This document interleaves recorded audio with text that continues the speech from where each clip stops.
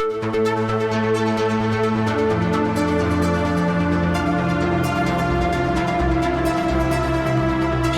everybody. Welcome to the Sensibly Speaking podcast. This is Chris Shelton, your host. Thank you very much for inviting me into your home again this week. And as you see, I am joined by my good friend and colleague, John Atack.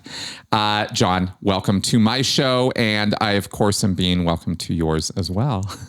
Yes. I think by now people probably know that I'm John Atack, and they probably know that you're Chris Shelton, and that's about all there is to it, really. So what should we start with today, Chris? Yes. It's so funny because we've already been talking for an hour and then we hit record. So this week we have planned two things to discuss with you, folks out there. One of them is the follow-up sort of on the Manson thing, in that it sort of kind of in some people's minds connects. And this is something called the Process Church. And there was a Process Church of the Final Judgment. Yeah, yes. And this was, well, John's going to talk about this at more length because I've got a passing familiarity with it from having read a 2/3 of a book that was heavily conspiratorial, heavily connecting dots that absolutely did not connect. And I recognized that about halfway through and realized this is not something I need to continue to read. But the Process Church was a thing. It's just that this book was connecting it to Son of Sam and the serial killers and Satanism. The Ultimate Evil by Maury Terry, I'm guessing. That's right. And it was written in the middle of the Satanic Panic. And, you know, it's an exemplary example, if I will, of the Satanic Panic in full bloom, connecting dots that just should not have been connected. You know, and the point is that there are scary people out there. There are scary groups out there. There are groups that do bad things. We don't have to then make up new ones. The real ones are bad enough. Yeah. And that's a repeating mantra for me, because in the cult world, you find people trying to make this actually worse than it already is. And it's already really bad. That all being said, John, you want to take it away on this in terms of what your knowledge of the Process Church is and what it and its sort of connection with Scientology? I don't really feel I have a lot to say about it. The subject came up the last time we spoke because of the suggested connection between Charles Manson's so-called family and the process.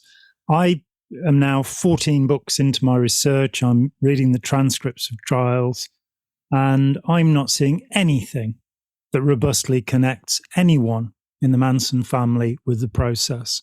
What we do find is that there are two other people in the family, Steve Grogan and who was called Clem or Scramble Head. They have many names, these people, and Bruce Davis. They were involved in Scientology. I'd be very pleased if anybody has direct information, particularly about Grogan, because I can show that Davis was over in England studying Scientology, apparently at the behest of Charles Manson, and apparently with funding taken from the Manson family. Wow. But, you know, I've gone all the way through back copies of the Auditor magazine to see if I can find, the other name is Joel Pugh, who was sent over here and ended up not going back because he was dead. And it's been suggested that Bruce Davis killed him. He was involved in 2 of the Manson murders and convicted of that. So I've got very robust connections between Scientology and indeed the ideas of Scientology. I've now found more and more and more since we last spoke, terms that were being used by members of the family like time track, postulate, hats, things that are definitely tone 40. Manson at one point shouts down a whole room of people. It's at a dance and everybody falls silent. And afterwards he's asked by a family member, what was it you did there? And he says, it's a military thing called Tone 40. And James Buddy Day, who made a film called Manson, The Final Words, and a book called Hippie Cult Leader, is strenuously of the belief that Charles Manson, when he said he didn't lie, was telling the truth. So I'd just like to point out that was a lie. Charles Manson knew full well that the expression Tone 40 only exists in Scientology, and that he was still using it in 1969 is rather interesting. So lots of connections there. With the process, you have two people who are involved by the surname of Moore, I believe, in Scientology in England. And they then, and this is a curiosity for me with Manson, that Manson, the other teaching that he's adhering to is the book of Revelation, the revelation of St. John the Divine, the last book of the New Testament. This is instilled into him through childhood, and he will refer to it frequently and will tell members of the family that he is, in fact, the reincarnation of Jesus. And I'm pretty confident that he came to that conclusion as a consequence of Scientology past life belief. So you've got that sort of going on, and it's kind of weird. You go, well, of course, Hubbard was working out of the book of Revelation too, that his ceremonies with Jack Parsons, the Babylon working in January 1946, is coming from this same place. They are both of them people who believe they're in the end days. Hubbard's trying to urge it on a little bit by getting the Scarlet Woman to come and help him at that time. And then Scientology comes out of this. The thought that then these people, the Moores, who changed their name to De Grimston, they too get caught up in the Crowleyite ideas of Revelation and the Beast, which is, of course, what Crowley called himself, the Beast 666, which is one of two beasts that you find. I had to read the book of Revelation last week, so I know there are two beasts in there, not just one, two for the price of one. I thought it was just the one coming up out of the pit and that whole Revelation thing. No, there's a second beast. There is a second beast. Yeah. It's incredible, isn't it? Just when you think you know how many beasts there are.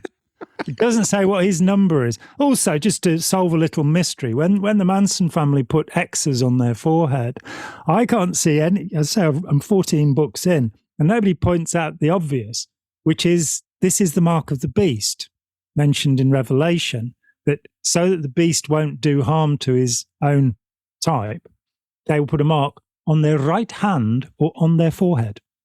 So, which of course Manson later morphed into a swastika just to show what his true affiliations were. But so the De Grimstons, they're involved in Scientology. They think Scientology is great, and then they get some kind of Crowleyite conversion. They go back to the source material of Scientology and pick up this idea that is, curiously, the idea that's underneath what Ron Hubbard called his favorite book. And I keep saying this, everybody should read William Bolitho's 12 Against the Gods. If you want to understand Hubbard, read what he said was his favorite book, because it's a book about people who did something. And it doesn't matter to Bolitho whether they're good or evil. So he's got the role model for Hubbard, Cagliostro, is in there, who's the great con man, Cagliostro. But he's also got Woodrow Wilson, which was, and you get this thought that if he'd waited a few more years, because he wrote the book in the 30s, then Hitler would have been the last person. And the Grimstons get this idea of you just mustn't be a grey. This is before all aliens were greys. You mustn't be a grey. You must be black or white. And so they exalted Hitler as a great hero, but would also probably have included Jesus. They moved between the US and America. They went down to Mexico for a while. They were found walking the beaches of California all dressed in black, which is a bad idea on a hot day, by the way, and walking their German shepherds, which we call Alsatians in this country. And they then, Maury Terry ties them into this whole, as far as I understand it, there's some of their literature is found at David Berkowitz's apartment, the son of Sam, serial killer. Mm-hmm. And he's therefore a member of this group. I'm not sure that was ever proven. And the idea is then that there's this satanic network which is running through the world, probably involved with the Zionist organized government and QAnon and all of the other things that are making me say these things against my will at this moment. All of this arrant nonsense and let's say that there were investigations in the US, Australia, Holland, and the UK at this time into the satanic abuse allegations, not one skeleton of a baby was exhumed through the hundreds of reports. That's right. And we can be absolutely sure there were people like the de Grimstons, people like Aleister Crowley. Manson and his followers talk about a place in Los Angeles that they call the Spiral Staircase, I think because it had a spiral staircase, where satanic rituals were being performed, where animals were being killed in sacrifices. And Manson decries it. He says, "Oh no, this is horrible." Given what he was going to do later, it's a bit lightweight, frankly. But so, of course, there are these little covens and sabbats and what have you. But the idea that there's an international movement that keeps children underneath pizza parlors, where Hillary Clinton tickles them to get their adrenochrome, isn't probably not true. Seems incredibly improbable. So I think, I don't really have any deeper interest in the process. They seem to have declined with the death of the de Grimstons. Yeah. One hopes so. Well, there is your favorite. There is an entire Wikipedia page on this. And it's got lots and lots of sources cited and all of that. But the point is that if you're interested, you can go check it out. This has been a documented thing. This is not some weird back of the magazine kind of article or something. There's all kinds of information out there about this because it's been so looked into and investigated. And like I cited, there was this book in the 80s, which really was the epitome of the satanic panic. And I really don't know. I think a lot of folks who listen to this show or, catch us have some concept or lived through the satanic panic. And I was a teenager at that time and I railed against the whole thing. I thought it was ridiculous because I was a Dungeons and Dragons player. I was a high schooler.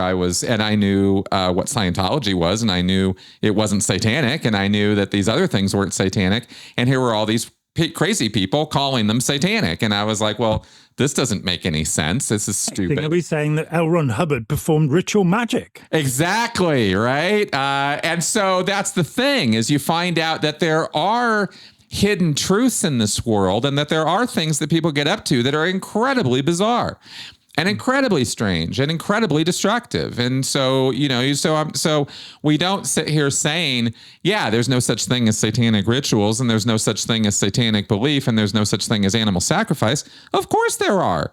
But show me some evidence that this connects to this processed church and to Scientology and to the Mansons, because it's not there. It's my favorite target practice thing, which is connecting dots that don't connect. I hate people that do that. It drives me crazy because I used to do it myself, and I know how easy it is to do, but it's incredibly lazy thinking. And once you learn how to actually do research, like scientifically, academically, which I've done, you don't get away with that kind of thinking anymore. You can't let yourself be a lazy thinker like that. And that's when you look at Wikipedia, you have to be very careful to look at what the sources of statements are. That's right. I performed a little experiment the other week because Microsoft Edge, which I don't normally use, offered me its AI assistant on Bing. And I went, oh, yeah, okay, let's check this out, this brilliant new technology that I've been hearing and we've talked about. And so I thought we'd try a complex question. What religion did Charles Manson's grandma follow? And it came back the Disciples of Christ, it said, and it gave me a page of material. Now, she didn't. She was a member of the Church of the Nazarene. So it gave me a completely wrong piece of information, and it gave me then 3 reference notes, which I checked. One of them was Wikipedia. And it's that thing of you have to be willing yourself to check sources. That's right. Somebody, and I won't say who again because she knows who she is, but I made the mistake of saying that Quentin Hubbard, L. Ron Hubbard's oldest child by Mary Sue Hubbard, who was the designated heir to L. Ron Hubbard, that he had done the bridge twice, that he had gone through to class 12 twice, that he had done the old OT levels twice. And Dennis Ehrlich, quite rightly, put me right, because he was the guy that programmed Quentin. He said, no, they cancelled all of his certificates and he didn't do it a second time. So even though I was told this by an executive of the Church of Scientology, it wasn't in fact true. So that's fine. But then a comment was made, if John's wrong about this, how can we trust any of his other work? Now, my response to that is, Let's Sell These People a Piece of Blue Sky has almost 1,200 reference notes. When you do research on something, at least check a few of those notes to make sure. Because, as I think we've heard before on this show, Adele Davis, in writing Let's Eat Right to Keep Fit and other books, she was sued by somebody, as I remember it, Wikipedia will tell us, as I remember it, she was sued because a child had died undergoing one of her nutritional regimes. And it came out during the case that all of those abundant reference notes at the end of her book, she'd hired researchers to find all of the work about vitamins and minerals she could, and they just listed them. They didn't refer to them. She didn't read them. They didn't support her work in any way. So we need to look around a little bit when choosing our sources of authority. And Wikipedia is kind of notorious that if you're looking about historical events, it can be brilliant. If you're looking about a contemporary cult group, the page will have been written by the group. You got to watch out for that. That's right. Unless it's Scientology, they banned them, although they're probably getting around it.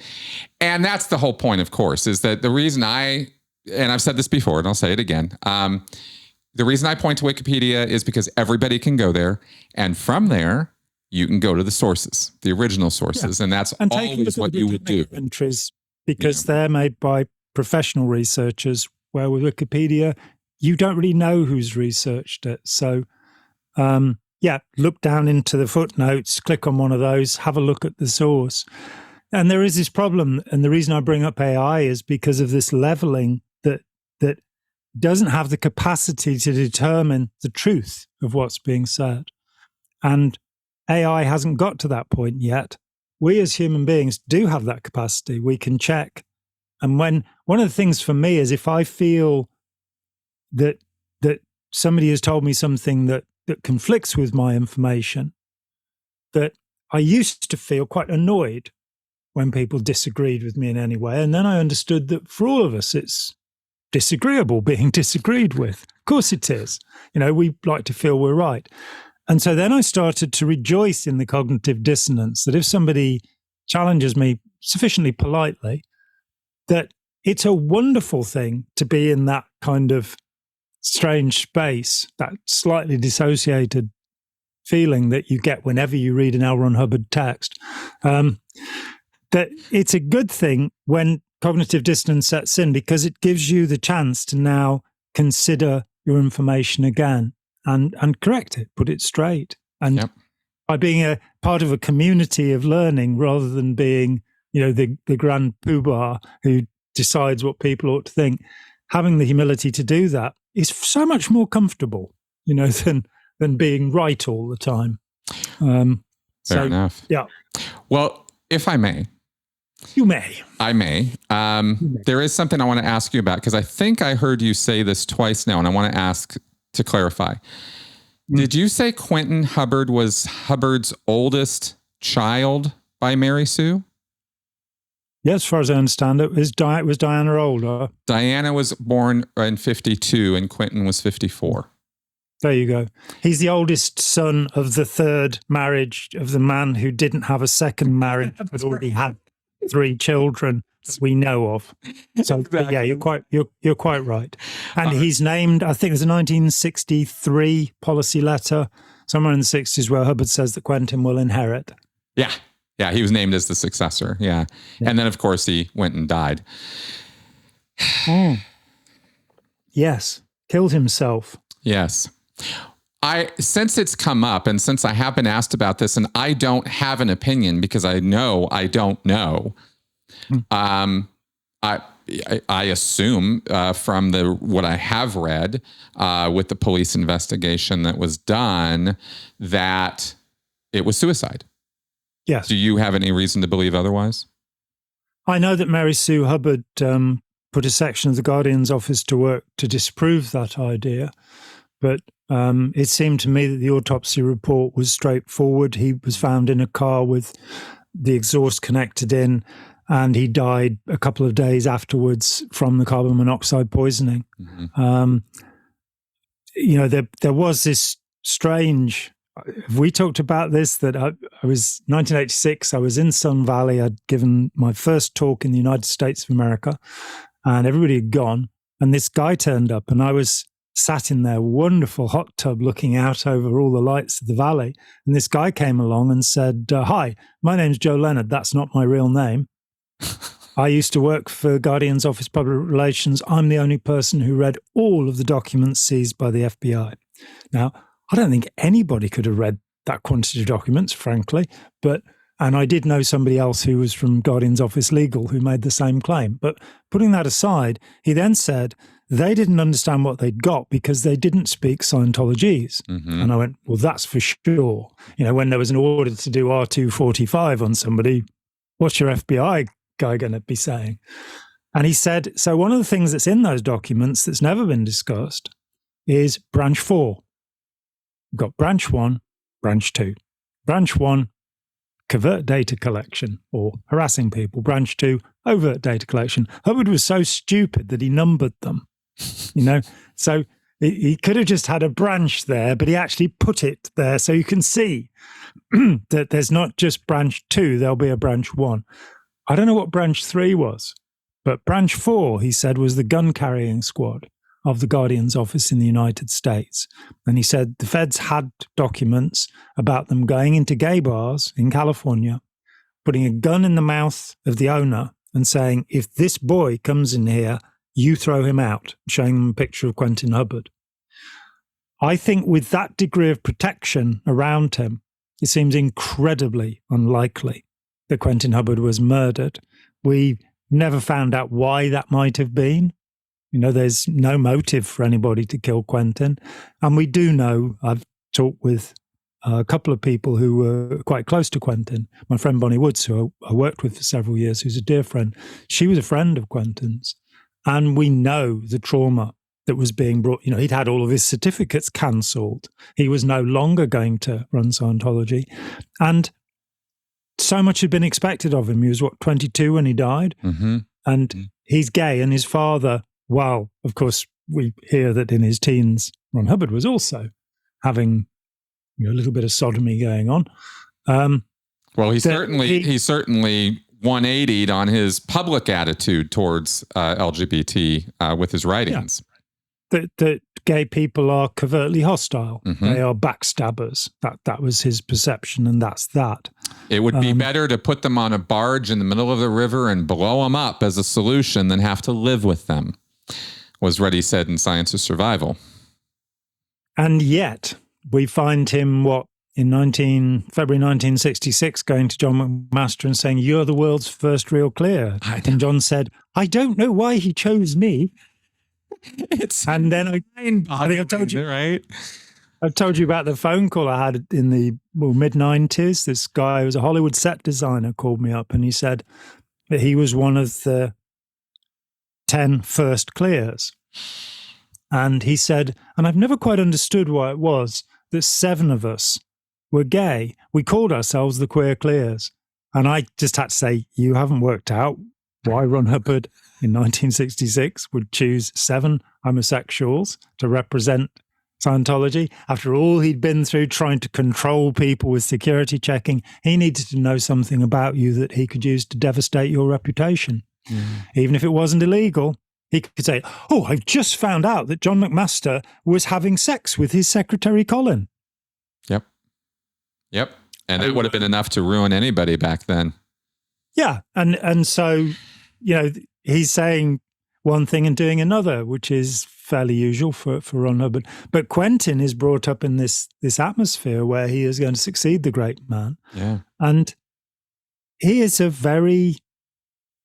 relatively simple human being. He is not an intellectual. He is not, he was known for going around the ship, putting his arms out and going, because he wanted to be a pilot. Yeah, he wanted to be a pilot and he wanted to be a dancer. He was just a kid. And he was, according to Bonnie and the other person I know who knew him, he was a delightful human being. He was a really kind, friendly human being. Something that, we hear about, say, Roanne Horwich Mm-hmm. Hubbard, that in my brief dealings with her some years ago, I was astounded at how clever she was and how focused she was. Quentin wasn't. Quentin was just a kid. Yeah. And everything in his world was turned upside down. He couldn't go into gay bars. What he was doing was wrong, bad, and evil. And he had no agency in the world anymore. His father had most utterly and totally rejected him. And so, a lot of people have come to me and said, no, he was murdered. It's like, by whom and for what reason? Right. Exactly. The mysterious deaths of Scientology, since we've kind of wandered into that territory a little bit, and because I am always been curious about asking you about these things, and we just never had the opportunity. And all the talks we've done, there's so much to talk about. So there is one other one that I've always had my attention on, and I've never come to a conclusion about. I don't let myself go there, but I always point to it as, this is really fucking weird. And that is much later. It's not Hubbard, it's Miscavige, but it's Flo Barnett's death. Yeah. That's weird.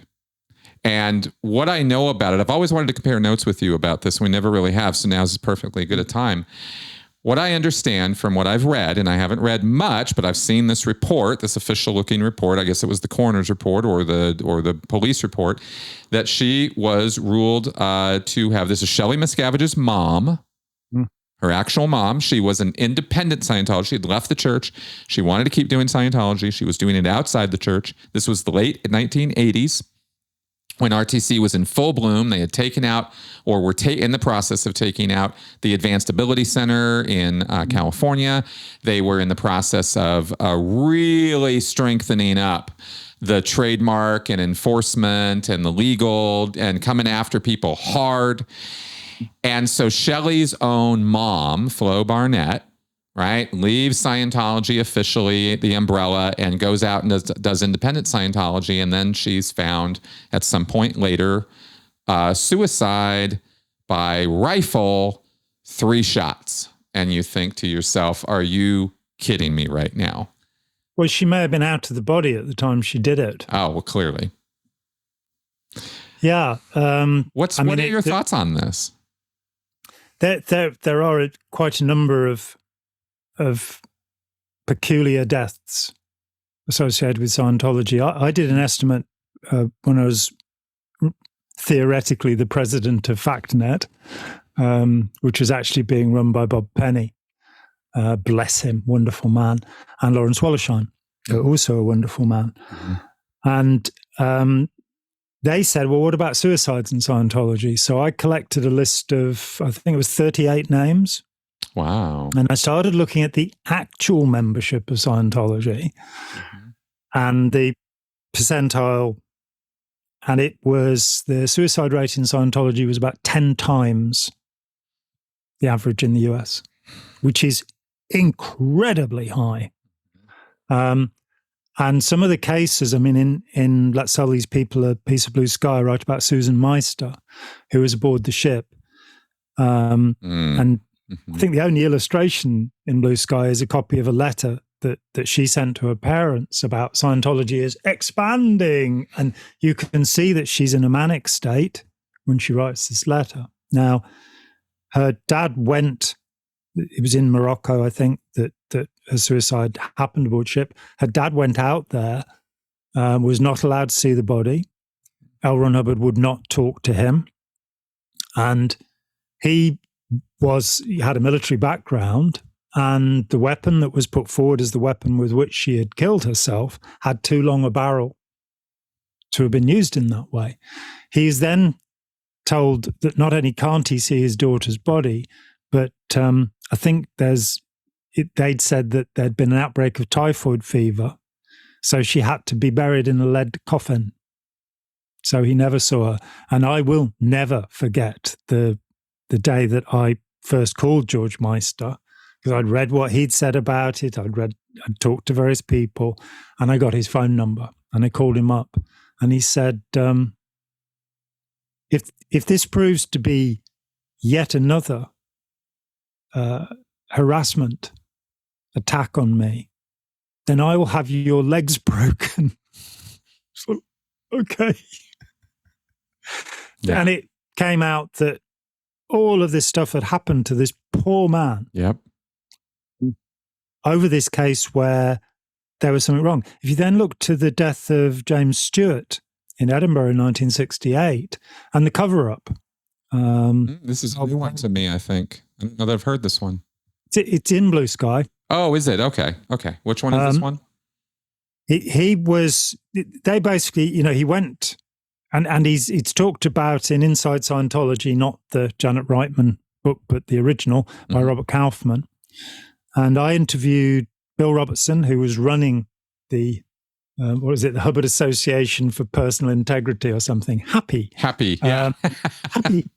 And I interviewed David Mayo, who was working there at the time. And this is where OT3 was first delivered to the public. Now, the newspaper reports said that Stewart jumped from a hotel window to his death. And Scientology spokesman and his wife said, well, he wasn't really very involved in Scientology. It's nothing to do with us. He was the head of the Durban org. He was doing OT3. Before the police got to his room, and I believe this is true with Carl Brennan as well, all Scientology material was removed from the room so there wouldn't be an association. So technically a crime scene was interfered with in these cases, and there should have been something happening after that. We then, of course, come to Lisa McPherson, and there are so many of these cases where there's something we don't know. There's something that doesn't seem to make sense. And yet, in all the years that, and it's now 40 years actually next month since I left the Church of Scientology, whatever that is. And in all these years, nobody has brought me evidence that I can add up to explain these deaths. I can't see that a death was ordered, and I haven't found anybody who murdered these people. So it's in this country, what a coroner would return is what's called an open verdict, saying, don't know. It's not clearly suicide. There's something else happening. And the same with Shelley's mum. And one hopes that Shelley herself will maybe come forward and help us out with understanding what happened to her over these years. Yeah, exactly. That would be amazing. The two people that would absolutely blow the world's doors down on Scientology would be if Shelley left or if Tom Cruise left. Either one of them could be devastating. Truly devastating. Yeah, and I mean, I think there are a few people up at the top there, and that we've seen. Robert and Stacey Young. I was involved with kind of exit counselling them, if you like, because 4 years after they'd left, which was 1993, I got a phone call from Robert Vaughan Young, who I thought of as Vaughan, and he used to call me John, and I used to call him Vaughan, and in fact his name was Von, and my name is John. So it gets very confusing. The two countries separated by a common language. Right. But I'd read pieces that Vaughan had written when he was head of GOPR in the US about MK Ultra, which is a subject which keeps coming back when Scientology or Charles Manson are mentioned. Yeah. And so I admired those pieces. I thought they were very good. And so he calls me up and says, and he was amazed that I knew who he was. And he said, look, I've read your book, and I want to tell you that in the 4 years since we left, we've only ever talked to ex-Sea Org people, inner circle. And so I went over there to Corona del Mar, where they were living the high life in bankruptcy, not quite having adapted to the real world from 20 years in Scientology, and met these two delightful people, and went through with them what it was, what they needed to actually kind of decompress a little from the belief. Stacey was very willing. Vaughan was very unwilling to, he needed the technology. And this is a man who'd been studying a master's degree in philosophy of mind when he was recruited. He was a smart boy. But we did pull these things away from them. And they were then ready to testify against and did various work. So they'd come from Miscavige's inner circle. Jesse Prince came from there. Marty Rathbun, and of course Mike Rinder came from there. We've seen so much from there. Yeah. As you say, it would be good to have those last bits. Who knows what Tom Cruise might say? Oh, that would be interesting. If that guy could get past the sort of, see, that's the thing. I don't really have any hope for him because his narcissism was already apparent, and Scientology has simply exacerbated it to a degree where it's just, I just don't see it happening unless he has one of those, rock bottom or, epiphanal moments or something, but I don't see it happening. So it has happened to a lot of people, and it has. And there's a particular in studies of psychopaths that there's this notion of when they get to the age of about 50, often the traits will start to diminish. And I saw an interview this guy in London, and he specializes in treatment of psychopaths. There are very few people who do. It's a psychiatrist. And he was interviewing a guy who spent most of his adult life in prison. And the guy said, I just don't want to be this anymore. I don't want to live this way. It's a rotten life. Right. But he was saying that you can get to this point where it doesn't work for you. And with Tom Cruise, I find it hard to think of him as a malignant narcissist. As a person who is self-involved in that sense of narcissism, I find that fairly easy. And we've talked about this before. I have two other classes of narcissists: the benign, they don't do anybody any harm, they're just selfish, and the benevolent. And the benevolent narcissists include lots of people in show business. I would say Taylor Swift is a very good contemporary example. If you look at documentary about her, she was filmed from a very early age, and she keeps saying, I want to please people. I want people to admire me. I want to be adulated. David Bowie talked about the complete absence of affection from his parents and said, I'm Major Tom. That song's about my alienation. And he grew up. He became adult. He stopped being that person because he got the adulation and I think developed himself. Elton John, same thing. His homosexuality was something that made him feel inferior in some way, and he needed the adulation. And I think they exemplify maturation. Tom Cruise is probably quite capable of that too. I'm interested, perhaps even more so, in John Travolta. Neither of them strike me as intellectuals. No, I don't think. I mean, they're smart. It's not to say that, not striking as intellectual is not to say they're stupid people. They're very capable and very smart people. But no, I would not say either one of them are intellectual. Well, I'm going to burst your bubble. Oh. If you talk with Spanky Taylor, the wonderful Spanky Taylor, I love Spanky Taylor. She's great.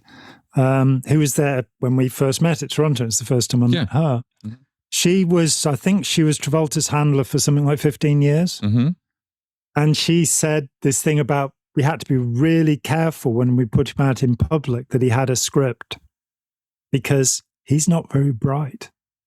So he is some splendid actor. If he's got a script, in fact, Emma Thompson, the British actress, said who was in Primary Colours with him, she said she thinks he's the greatest actor in the world. But I think he's one of those characters, Kubrick said that of Peter Sellers, and with Peter Sellers as well, if you try and engage with the person, there isn't that much going on, that they're brilliant at becoming somebody else. So, well, the only reason I will push back on that at all with Travolta is because of what he does for a living outside of acting, because he also has a whole airplane thing and a pilot thing that he does. And he is a trained pilot. He can fly many, many different kinds of airplanes, and stupid people can't do that. And that's why I kind of think to myself, well, it doesn't totally fit my picture of him.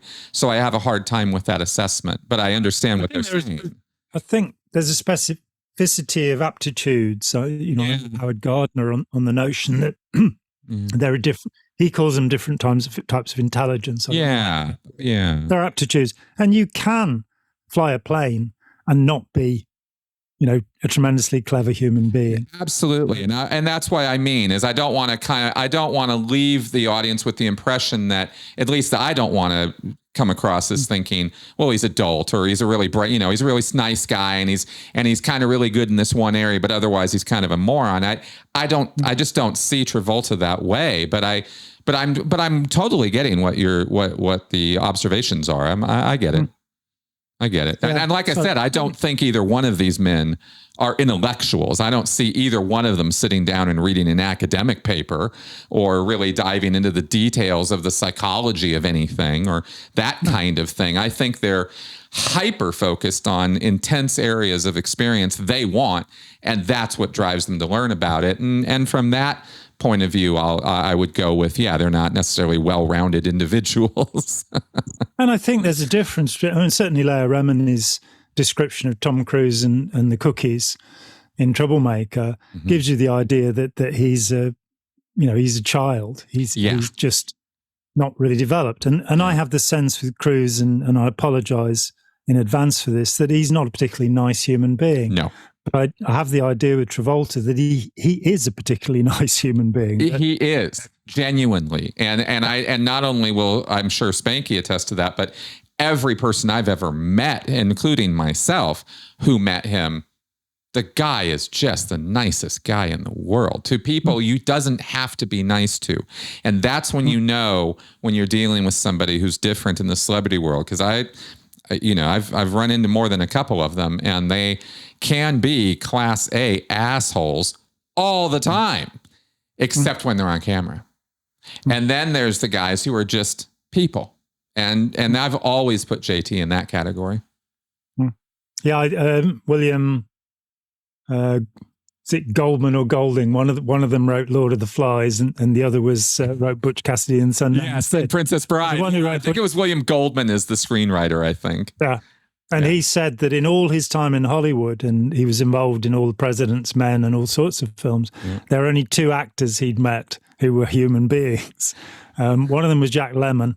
I don't remember offhand who the other one was, but I think it's a reasonable observation that in the professions where you get on the stage, I can't remember who it was, but it was somebody who'd come off a talk show, and they said, they're on a talk show with a celebrated actor, and afterwards in the green room had said to the actor, wow, what a really nice guy you are. And the actor looked at them and said, I'm an actor.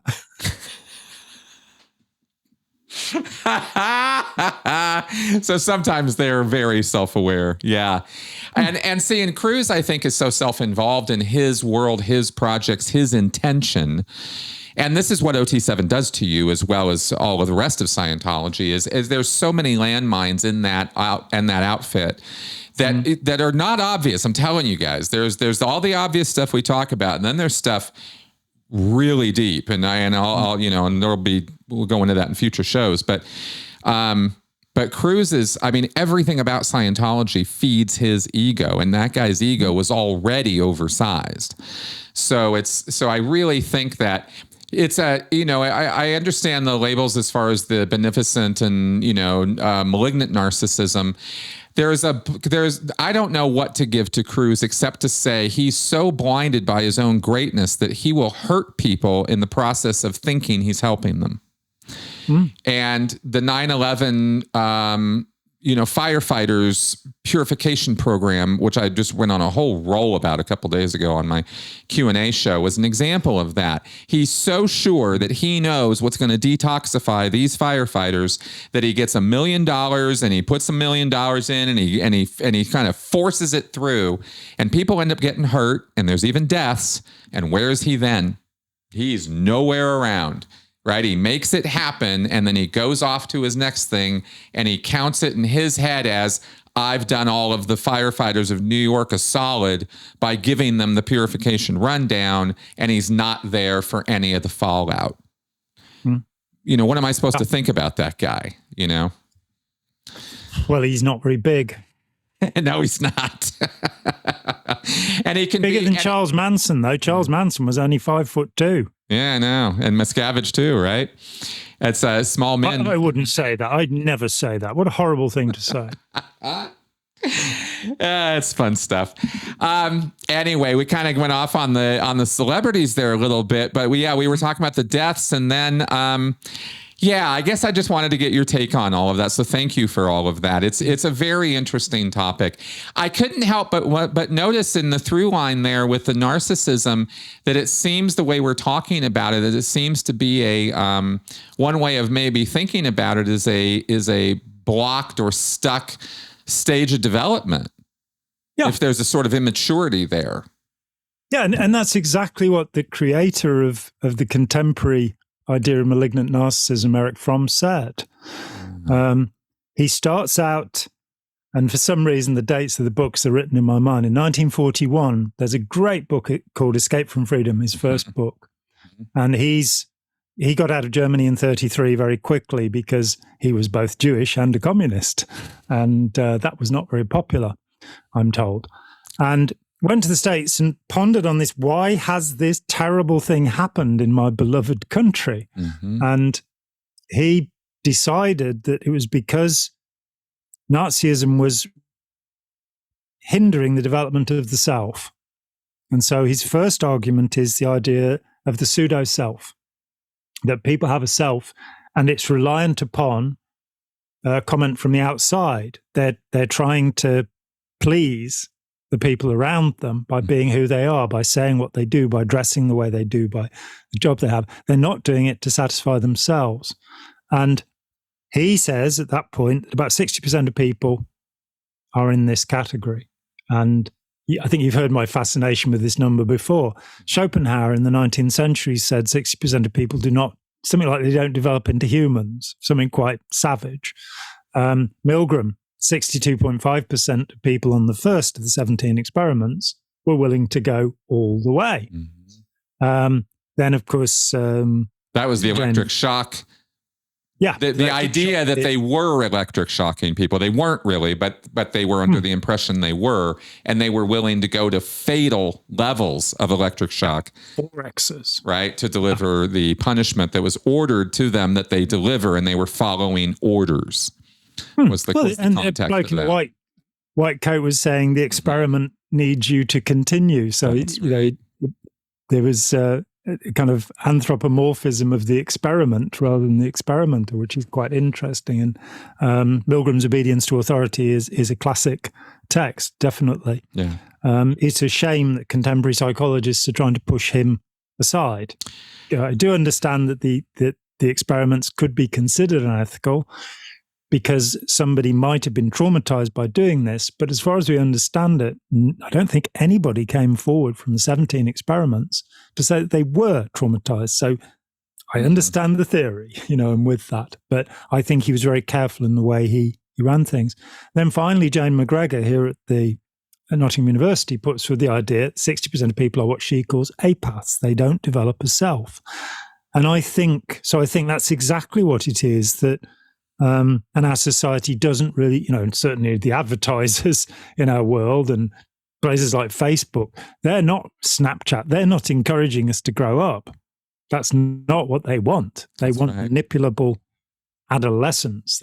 They want people who can be controlled and got to buy things. The same is sadly true for our politicians, that they're more interested in having control than in giving control. They're more interested in being the pundits rather than having democracy. This very strange situation. Well, we know best. You just do as you're told and everything will be fine, Yeah. So I do think that it's very hard to develop a self in our society. And of course, it's a process that begins at zero. You're born with no control, and the idea should be that you become more and more able to make decisions. And I think the Romans had it that you enter adulthood at the age of 32. I think that's about 50 years too young. But I think that so many people, Joseph Campbell several times told this story about sitting in a diner and listening to this kid saying he didn't want to drink his orange juice, and his dad saying, I've never done a single thing in my life that I wanted to do. And that is the pseudo self. That is the, I don't have any rights. I don't therefore have any responsibilities. Look at me, I'm wonderful. I'm doing the right thing, aren't I? This is, I've got these big glasses on and these high heel boots and all this glitter. I'm doing the right thing, aren't I? And instead of just, those of us who are able to sit back comfortably and, enjoy the world around us, having arrived at a point of conceit where we believe that our opinions are probably okay, even though everybody around seems to disagree with us, but coming to a point where we are, I was explaining to my wife last night, my wonderful wife, that my granddad, who sadly I never met, he died the year before I was born. I don't think the two events are connected in any way. I don't think, oh, no, that child will be born or anything.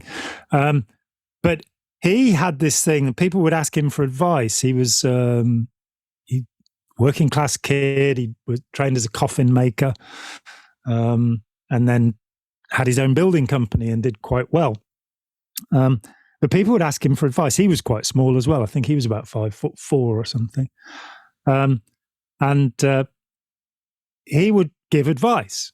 And he made this point, which my mother relayed to me, which when I was a kid, that he would listen to the advice that people gave him, and then he would make his mind up what to do. And that stayed with me ever since. And people find it frustrating that I'll ask their opinion about something, and then when they've given me their opinion, I'll say, okay, and do the opposite, do the other. But I want to hear what people have to say. I want to hear, to take information in. Then, and I hope I do this with other people, that if they ask for my opinion, that I'll tell them what I think. But then when they do something else, I'll be supportive of what they've done. Mm-hmm. I won't be going, told you so. There's enough of that in the world. So that's part of having a self, of having the confidence in your own opinions, but also knowing when you don't know, knowing when you need to go to somebody who does understand, plumbing or brain surgery a bit better than you do, or can fix your car or what have you. Understanding who the experts are and finding out how to determine who the experts are becomes really important in life, because that way you can be your own man, or now that we have got into an age of sexual liberation, you can be your own woman, and you can also be your own non-binary if you so choose. But having that right to say, this is who I want to be. I don't want to fit in with this set of people or that set of people. I like this set of people. I'll hang out with them. I had quite an experience of it, because at the age of 14, I walked out of school. Headmaster was rude about my mother. And I told him he's going to have to take that back. And this was the most prestigious school in the county.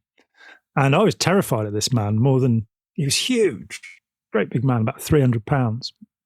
And he'd caned me before, which was no fun. Mm. But my mum had written a perfectly truthful note explaining why I hadn't gone to school the afternoon before, because she'd been late getting lunch, and I went home for lunch and had a friend arriving, and a friend was late. And this guy read this note, and he called my mother a liar and a cheat. And then, I don't think about these things. I certainly don't think about myself as being brave or courageous in any way. But it was just, no, you don't do that until you apologise, and I'm not coming back to school. And he never did. So I got 11 weeks holiday, and then I went to another school at the age of 15, and I'd grown my hair long. And there were 1,100 kids in the school, and I was the only boy with long hair. And the teachers kept going, would you get a haircut? And because they didn't, the headmaster at the school I was at before, the prestigious school, had said, get your haircut, you trollop, the last time he ordered me to get. And that was more what I was used to. So when somebody asked me nicely, I went, nah. And I didn't realize until about 6 months in that I was the only kid, and I'd become the cool kid. I'd moved into this society, and I kind of somehow in that 11 weeks, I'd gone, no, this is who I am. This is who I want to be. This is the way it is for me. And it was accidental. It was thrust upon me. It wasn't that I made a set of decisions. It's just that at that point in my life, I could establish who I was. So I changed. I was called Johnny. My name is actually Jonathan. So I changed my name to John. I grew my hair. I wore the clothes I wanted to wear. And I began to develop a self. And I think that process is often interrupted because people join a group that they then have to establish themselves in. By being the individual who came into this school society, all of the groups, the jocks, the scholars, the skinhead, even the lone skinhead, all wanted to be my friend. Right. Because I was eccentric and unusual, and I didn't get that usual rejection of the new kid. I was exotic and interesting to them. Right. And that helped me more to say, well, this is who I am and this is who I want to be. And then I got into Scientology. You remind me of a very funny movie that was ridiculously stupid, but incredibly funny, called The New Guy, actually. It was a comedy. It's worth watching because it actually has this character who it goes along that exact same trajectory, but in a very funny way. We need to move on to something else, but I will say that I had the exact opposite experience at 15 because that's when I entered into the world of conformity in Scientology, and I was very much my own person. Only child growing up for most of my life until my brother came along, and very much into books, very bookish person. Mm-hmm. Very solitary. I had friends, but not a lot of them, and not large social circles. And then, but I was very much my own kind of person that way. I was kind of not really super comfortable in my skin, but I was at least, I knew who I was and what I wanted to do. And then Scientology came along, and when I dived into that, you will go. I've said this so many times. We've both talked about this so many times that it's a conformity culture. That is what it's all about. That's what cults are. It is conformity to a rule, and even making you look the same and that kind of thing. So that sort of stunted things for a little while. And I definitely noted after I got out of Scientology that stages of development thing was a real thing. And that picking back up on that there were ways it would stunt your growth. Not fully. You can't let these models get too rigid. Life is very fluid, and we're all very different. But the models help serve as some guideposts. And for me, coming out of Scientology, I definitely had some maturation to deal with, that kind of thing. Some narcissism to deal with, some self-image issues to deal with. I think we all do all through our lives. But when you're in a cult for a few decades, you get a pretty strong dollop of that. And then, I mean, it's interesting to pick up here and about the difference in our experience. Yeah. Because, of course, I was 19 years old, traumatic end of a relationship, thrust into Scientology. And my 9-year experience of Scientology was very much that I was an individual, that because I didn't join staff, that the experience was just so different that for me, being a Scientologist was part of my non-conformity with the larger society. I kept the long hair for the first 3 years or something. And I found myself, a friend of mine said after we'd left that it was me he'd followed, not Ron Hubbard.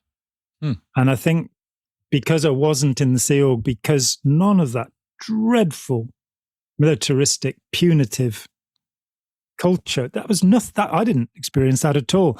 When I was twice shouted at, the other week, this lad that I met saw in December 1983, I spoke with this guy a week ago, and out of nowhere he'd come back, and I found out I only knew him through his stepdad, who asked that could his stepson come and stay with me? And he at the time was 14 and the second in command of Scientology in the UK. And on his way out, I only found out last week that in fact, his real dad is one of only 2 people who shouted at me when I was in Scientology. Oh, wow. And I didn't realize, so I shouted back both times this happened. And I suppose I saw people being ploughed under, really, and being brought into conformity, but it didn't happen to me. That I felt very much in control of my own life. And whenever anything happened, I was told to disconnect from my friend Ira Jalef. I just went, no, you show me that he's been through a proper investigation to declare him a suppressive person, and I'll think about it. But no, you haven't proved anything. He's not suppressive, and I'm not doing it. And it was a shock to me after I left, finding how much these techniques, and certainly within the Sea Org, what hope have you got? It's you against everyone if you try to be an individual in the Sea Org. Oh, so yeah. Those processes weren't applied to me. And so it's interesting that even in the same group, and it was 9 years, but I went off and went to art college for 2 years because I went, well, this is what I want to do. This is much more important. And I had all of these people saying, oh, no, you must, join the Sea Org or do this. No, I'm an artist. Artists are the most important people in society, as Ron Hubbard says. There it is. Little quotations ready to trot out for them. So that is to say that if you have arrived at a point, and I had a lot further to go, but if you're on a path towards selfhood, that it's very hard to disturb it. So even membership of Scientology didn't do that. And that's why I left with guns blazing. I was like, what? Nobody in the UK has said, they oppose this and something should be here. This is my name. This is my address. Contact me. Which was to help people who are involved. I was, it was 6 months before I was willing to talk to the media about it. Right. But initially it was like, people are being oppressed in this group. I'm going to do something about it. And then I found out why that's a bad idea. Yeah. Yes. Taking the money and run. What's wrong with me? Have you heard about this Danish artist? It's just come in the news today, and he charged something like, I don't know, $70,000 or $80,000 to a Danish museum for a piece that he called "Take the Money and Run." And the court have determined that he's got to pay the money back. And he's saying, but the work of art was that I took the money. Oh my God. That is. So the court said he can keep his expenses. That's hilarious. Yeah. Yeah. I wish I'd had, it's funny because there are so many different ways to frame these thoughts. There's so many different ways to look at our decision making and how we decide or are pushed into conformity with going with the flow and being convinced along the way that going with the flow and conforming is actually the greatest good for the greatest number. Yeah.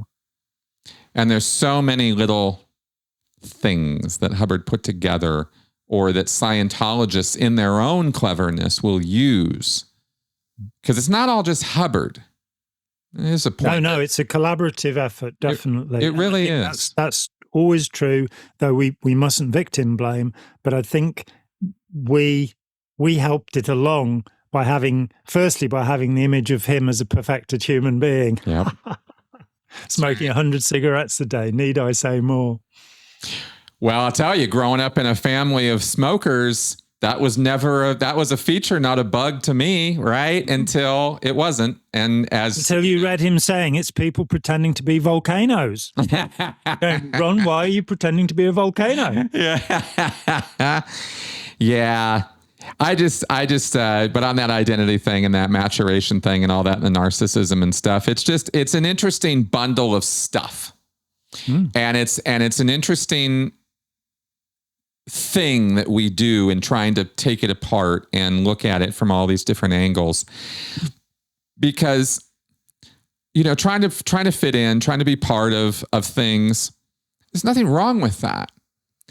It's being taken advantage of in doing that. It's knowing that you're bringing people into the fold who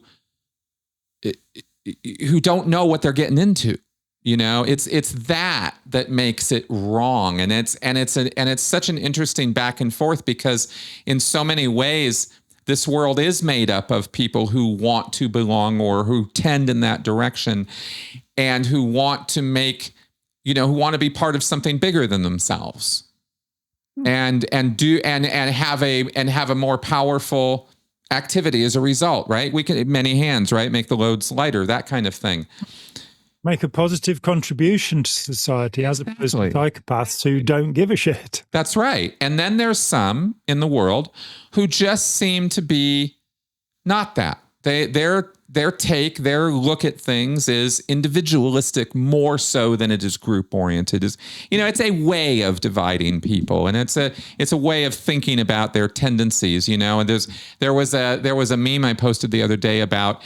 That I thought was quite a great analogy of this, which is that, there are people who will take 3 pieces of pizza because there's not enough for everybody.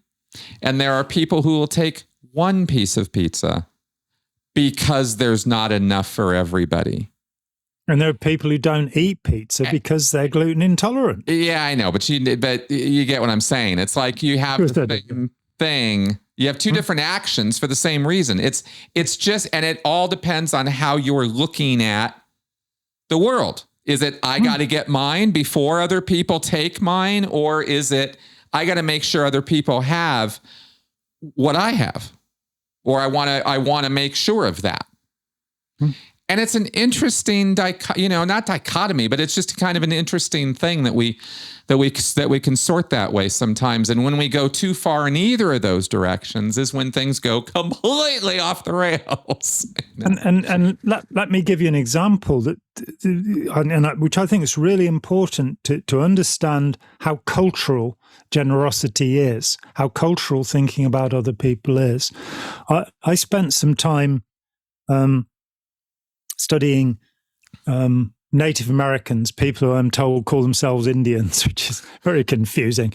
But, I've looked at East Coast, West Coast, down the middle, what have you.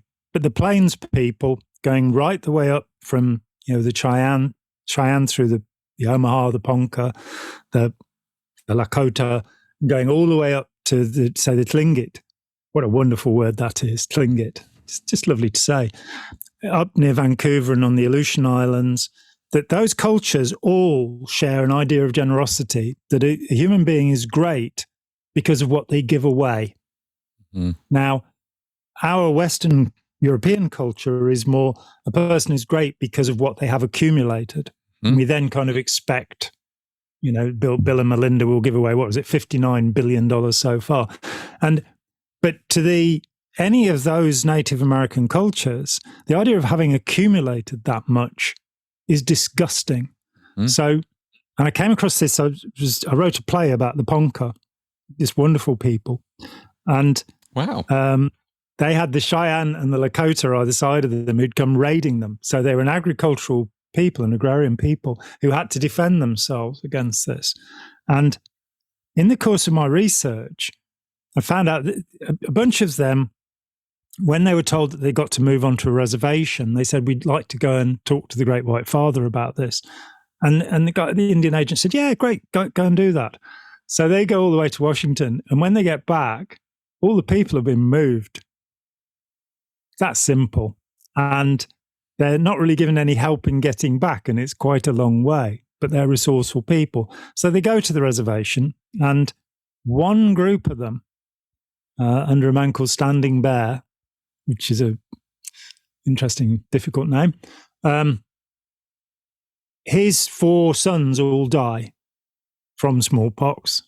They're smallpox blankets, the greatest use of biological warfare in history by the US government. And the last one to die is the oldest. And he says, take me home to bury me. And so he takes his tribe, 60 people, with a wagon with the body of his son in, and they managed to get 500 miles before the US cavalry get them.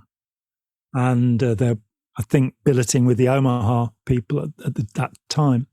And they're put into jail. And this is the point where a journalist becomes involved, and something very strange happens. The general who led the so-called Indian Wars, General Crook, under Sherman, the man who burned the South before becoming the representative for Indian affairs. Crook has been out, and he's been there, the various battles, the massacres that have been. And he goes to the local news office and he gets this journalist and he said, have you thought about habeas corpus? And journalist gets a lawyer and they put a writ of habeas corpus in saying until these Indians are charged with something, they can only be held for 24 hours. They have to release them. And they go back home. 1876, the next year, the US brings in a law saying that Native Americans, the Indian people, are none of them adult and are wards of the US court. They therefore don't have the right to property and they don't have the right to vote. It was the 1920s before that was changed, so it went on 50 years nearly. And horrible things happened around that.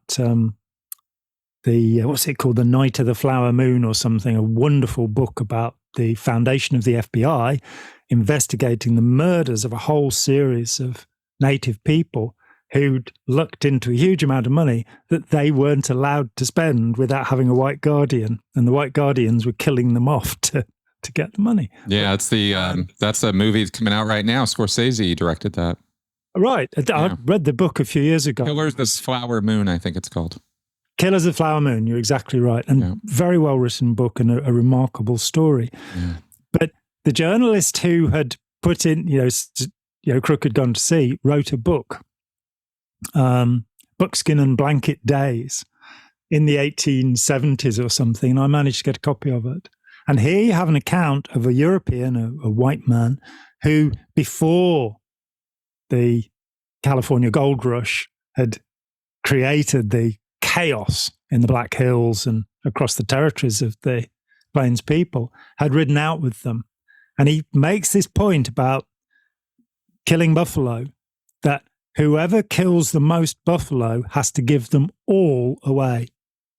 So this idea of generosity is important in this culture. So these are people who look at the pizza and say, I'm not hungry. Right. Got it. And of course, when they moved onto the reservations and carpetbaggers came along and said, oh, look at that horse, they'd give it away. So they'd give away their year's supplies from the government, and because they were in a different culture. It's not to say I am not one of the people who idealizes the Native Americans. I think that is a simplistic view. Go and watch A Man Called Horse and realize they really did do those things.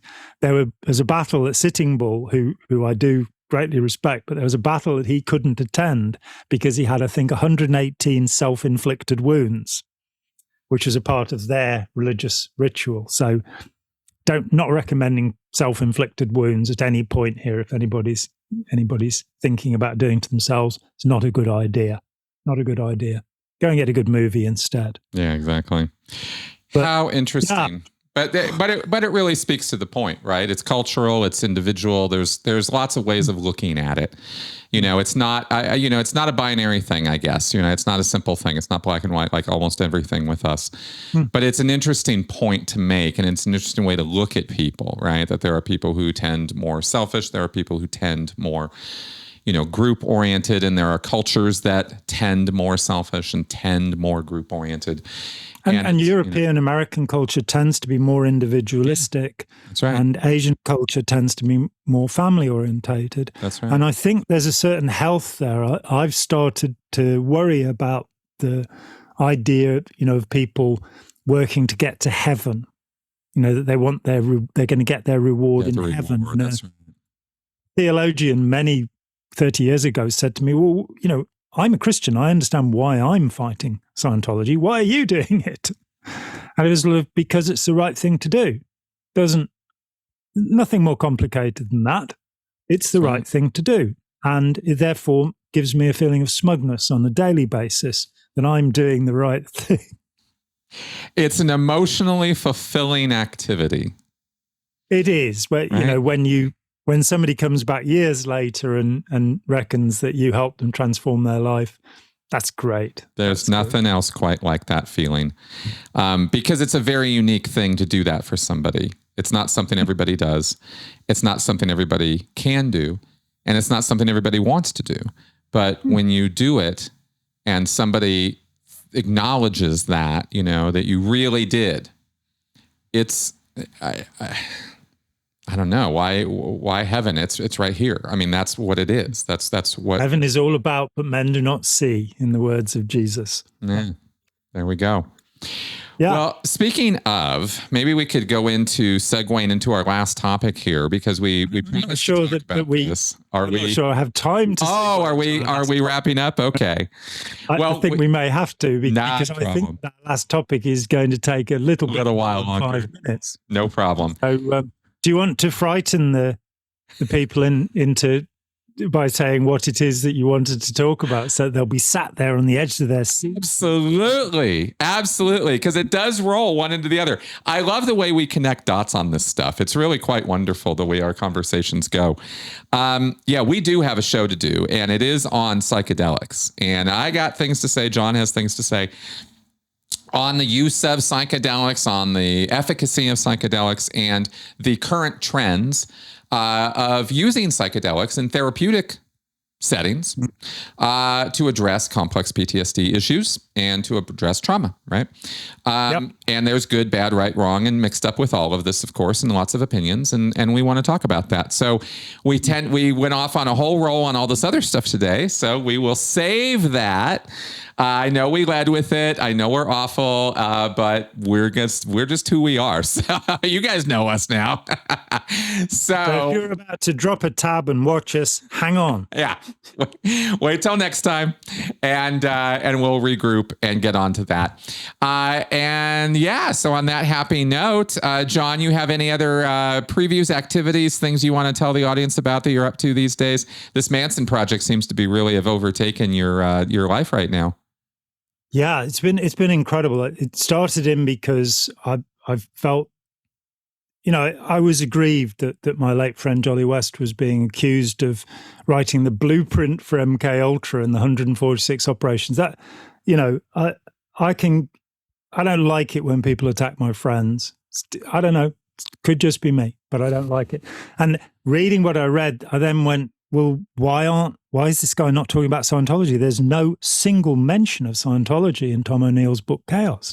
And I knew, because I've got the internal documents, that, and I said in Let's Sell These People a Piece of Blue Sky, when it was first published in 1990, Charles Manson had 150 hours of Scientology auditing. So then I started looking at other books and going, nobody's talking about those. That also led me talking about psychedelics to why aren't they talking about Datura, the drug that Tex Watson was taking? And finally, and we talked about this in the last show, that why aren't they talking about the end days Christianity that he grew up in? And so, I now have a proposal with an agent, and we're looking for a publisher. If there's any publishers watching this, we're looking for a huge advance if you'd like to give us one. Starting to talk to a few documentary makers about doing something. Good. And what's incredible to me is that the further I've gone into this, and so I'm 14 books in now and reading the transcripts of the trial, the more I've seen the way that information's been twisted, that facts have been changed, and that agendas have been followed. And I think it is often the case. Say you're a Marxist and you want to write history, you're going to write a history that's about the oppression of the poor by the rich. Reasonable subject. But you're going to fit something to your view of the world. It could be said that because I'm aware of Scientology, could be said that I'm fitting this to that view of the world. I'm not. What I see is that people have a template and they look at what they think Charles Manson was, and they then fit him into that template. And because he's a kind of archetype now, you've got Jack the Ripper, you've got Ted Bundy, Jeffrey Dahmer, Charles Manson, Jim Jones. There are a few people who they just, in the same way in the 60s, everybody had a poster of Che Guevara. It's like Manson's taken over now. And the more I've looked, the more I've gone, in 54 years, this story has not actually been told.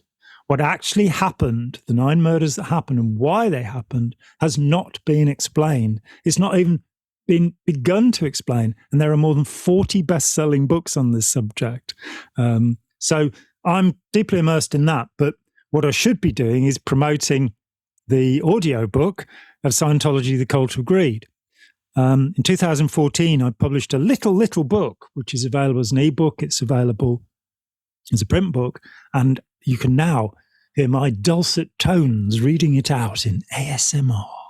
And you can go to sleep. Now, what I wanted to do with this booklet was to, in the shortest form possible, take the most significant things about Scientology and put them to an audience that had no prior knowledge, that had not had the misfortune to be involved. So Blue Sky is meant to be a definitive work, and it's what Robert Vaughan Young, Scientology's top PR, who announced L. Ron Hubbard's death, he called it the definitive work on Scientology. Stephen Kent, professor, said it's the foundation of all modern scholarship in Scientology. That's great. Wonderful to have achieved that. And it's been proved to be helpful, so I'm told by many people who've read it, in dispelling some of the mythology of Scientology. But I wanted to write a little book that wouldn't be complicated and would show some of the very worst excesses by pointing to real, actual documents. So it, for example, reprints L. Ron Hubbard's 1947 request to the Veterans Administration for psychiatric treatment because he was so seriously disturbed. So that book is now available as an audiobook, and it would be very helpful to me if people would go out and grab a copy. You can, on my channel, you can see there are 2 chapters that I read out. Did it as a video book with the thought that maybe with Patreon we could have, because I found that people, rather than reading my papers, like to watch me reading them out, which is extraordinarily odd as far as I'm concerned, because it's much slower. But there are 2 chapters being read out. It's very brief, very little book. So that's what I'm meant to be doing with my life at the moment, instead of being immersed in the life and times of Charles Manson. Yes. It's really something, isn't it? 40 bestsellers, and none of them are getting this. And I want to highlight something for y'all. 150 hours. That's 12 Scientology intensives. Mm. That's enough. It would have been enough to get to clear. Not without, easily, especially in the 1960s. Auditing was different back then than it is now. And it took less hours to make more progress. That Hubbard elaborated on the con greatly, and Miscavige really went to town on that in expanding the number of hours it takes to move through Scientology for obvious reasons, right? Because this is charged for by the intensive, and an intensive... It's more than I had in 9 years. Oh, well, Jesus. Well, and I was OT5 by the time I left. Right, there you go. So there are so many points that come up. Only one of the authors, I think it's Bugliosi, in Helter Skelter, just gives us the aside that Charles Manson attested to the state of theta clear, which is what we would later call operating thetan. Right. So Manson believed, and it's because of Scientology that he came to believe he was a reincarnation of Jesus. And those murders would not have happened if Manson had not been led to that delusion. The Scientology organization wasn't involved in this, but it is worth saying there is a tremendous danger in telling people that they can just ransack their past lives and change their behaviors. Talk about narcissism, deciding you were Jesus. Oh my God. Well, let me just share this with the audience right now, since you brought that up, and it's not something. It's like you talk about inside baseball, man. That's a term I've just picked up from other people. I've never really used it before, but what I call it is the deep minutia, right? Like the deep details of Scientology, the stuff you're not going to see on Aftermath, you're not going to see in any documentary anywhere. You got to dive in. And there's a lot to dive in on. There's over 500,000 words of Scientology texts. Theta Clear, I happen to have it here. And the reason I'm going to read this out is because I want you to know what Manson thought about himself as a Scientologist. If it's true he attested to Theta Clear, according to the claim, this is what he was attesting to. A person who operates exterior to a body without need of a body. That's the definition of a theta clear. That state wherein the pre-clear can remain with certainty outside his body when the body is hurt. A theta clear can be defined as a person who is at cause over his own reactive bank and can create and uncreate it at will. Less accurately, he is a person who is willing to experience. You know what Hubbard liked to experience. So these are the Hubbard definitions taken right out of his lectures from that time period that Manson would have been exposed to and said, yeah, that's me. And then, of course, we take the psychedelics and the Jimson weed and all the rest, and we throw that into the mix because he wasn't just using Scientology for what he was doing. And you get a self-image. And then you get this projected onto other people, and you throw past lives in there and all the other mental phenomena. And you get not only like a really crazy person, but you get somebody who's like in a whole nother world. Yeah. And the Manson family, to put it in context, just like the Process Church of the Final Judgment, the Manson family is a splinter group from Scientology. Wow. And that is a bold claim. That is like, wow, talk about a new take on this. Because we went to great pains when we did a show a month ago. I certainly did, and I think you did too, to try to say, look, we're not saying Scientology was the thing, behind all this. It's a factor. We said that out loud. This auditing is not to be ignored. People have ignored it because they don't understand it. They don't understand what Scientology is and what it does. They thought it was just like a Christian revival or something, and that's how much importance they gave it. But when you guys listening to this, you guys know that Scientology is not Christianity. It's not a faith, it's a set of techniques. That's right. It's a set of techniques that can teach you how to control others using your will, as Aleister Crowley called it, or intention. Yep. As L. Ron Hubbard, and that's what it is about. And I note from the definition of theta clear that L. Ron Hubbard screamed like a baby when he came off his motorbike, so he obviously was not able to be exterior when he'd harmed the body. So it's a pack of lies. What can I say? That's right. It's but not people, true. And the scary thing about it, the scariest thing. I'll put this out there. The scariest thing about this is exactly what happened with the Manson family. Is you can go so far down this rabbit hole of delusion, believing that these states are real, believing that you are Jesus incarnate, that you are this powerful ultra super being, this uber being, and you bring people around you who also want to partake in that because you're coming across with such certainty and such determination and such intention that people are drawn to you like a magnet, especially needful people, and that's what these people were. Yeah, this is no joke. This is how it works. And so I'm only get all like this because I want people to get that, with this research you're doing, it's like, holy cow, it's not a light matter. This is as bad as Scientology can actually get. And here it is. And believe me, the church would do anything to not connect those dots. So the fact that you're connecting them now and with evidence is really good news.